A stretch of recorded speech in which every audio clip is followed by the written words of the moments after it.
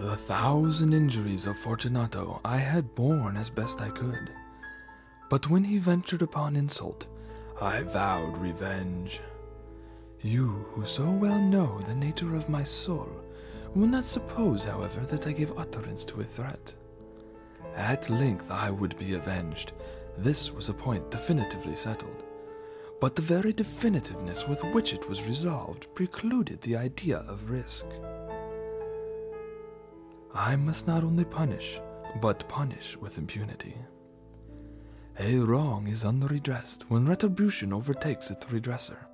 It is equally unredressed when the avenger fails to make himself felt as such to him who has done the wrong. It must be understood that neither by word nor deed had I given Fortunato cause to doubt my goodwill.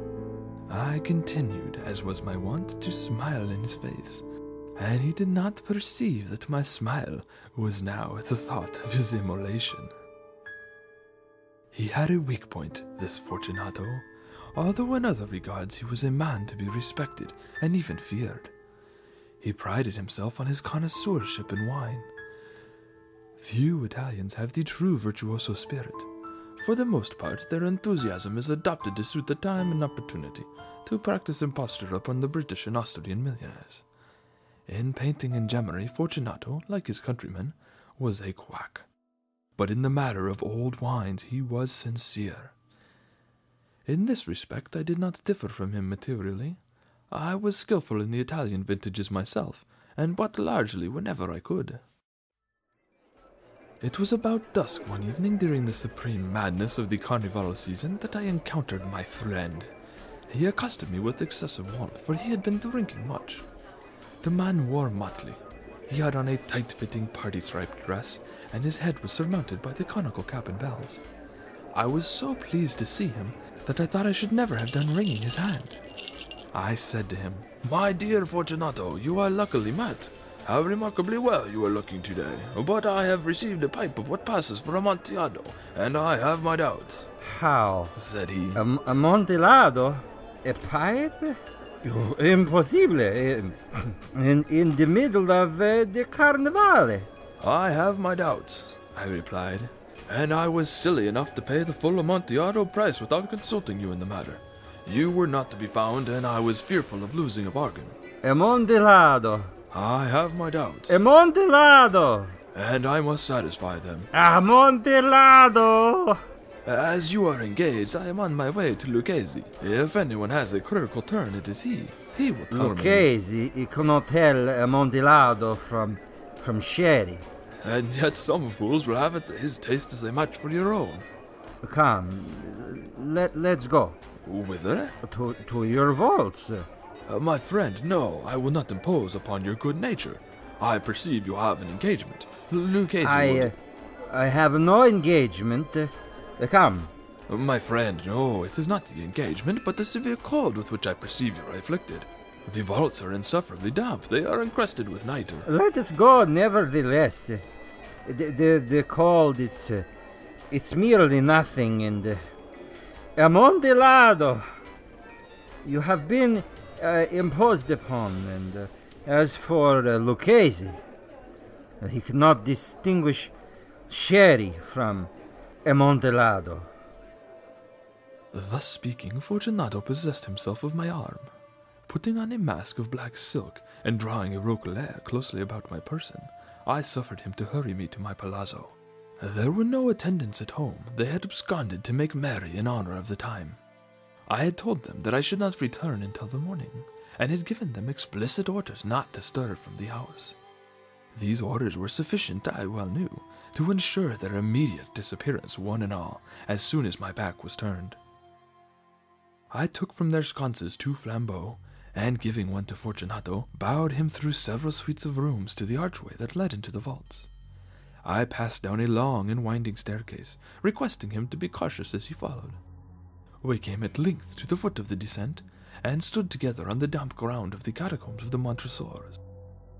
The gait of my friend was unsteady, and the bells upon his cap jingled as he strode. The pipe, said he. It is farther on, said I, but observe the white webwork which gleams from these cavern walls. He turned towards me and looked into my eyes with two filmy orbs that distilled the rheum of intoxication. Neither. Neither, I replied. How long have you had that cough? My poor friend found it impossible to reply for many minutes. Non c'è male, it is nothing. Come, I said with decision. We will go back. Your health is precious. You are rich, respected, admired, beloved. You are happy, as I once was. You are a man to be missed. For me it is no matter. We will go back. You will be ill, and I cannot be responsible. And besides, there is Lucchese. Basta, enough, he said. The cough is mere nothing. It will not kill me. I shall not die of a cough. True, I replied.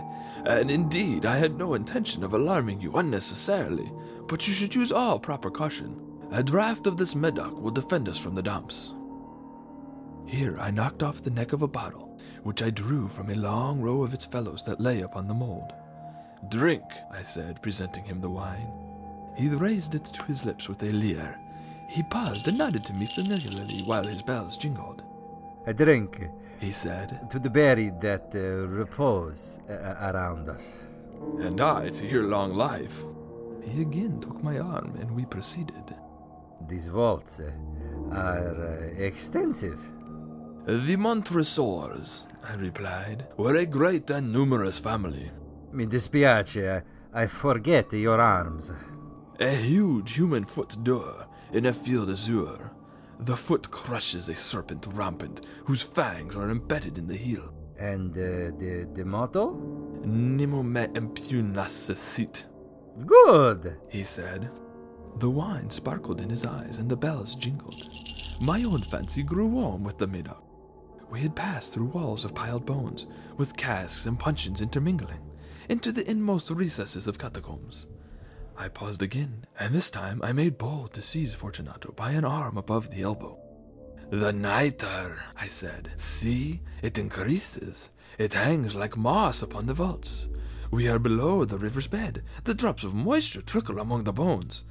Come, we will go back there. It is too late. Your cough is... It is nothing, he said. Let us go on, but first, another draught of the medoc. I broke and reached him a flagon of the Grave. He emptied it at a breath. His eyes flashed with a fierce light. He laughed and threw the bottle upwards with a gesticulation I did not understand. I looked at him in surprise. He repeated the movement, a grotesque one. You do not comprehend? He said. Not I replied. Then you are not of the Brotherhood. How? You are not of the Masons. Yes, I said. Yes. You? Impossible. A Mason? A Mason, I replied. A sign. It is this, I answered, producing a trowel from beneath the folds of my roquelaire. You jest, he exclaimed. But let us proceed to the Amontillado. Be it so, I said, replacing the tool beneath the cloak, and again offering him my arm.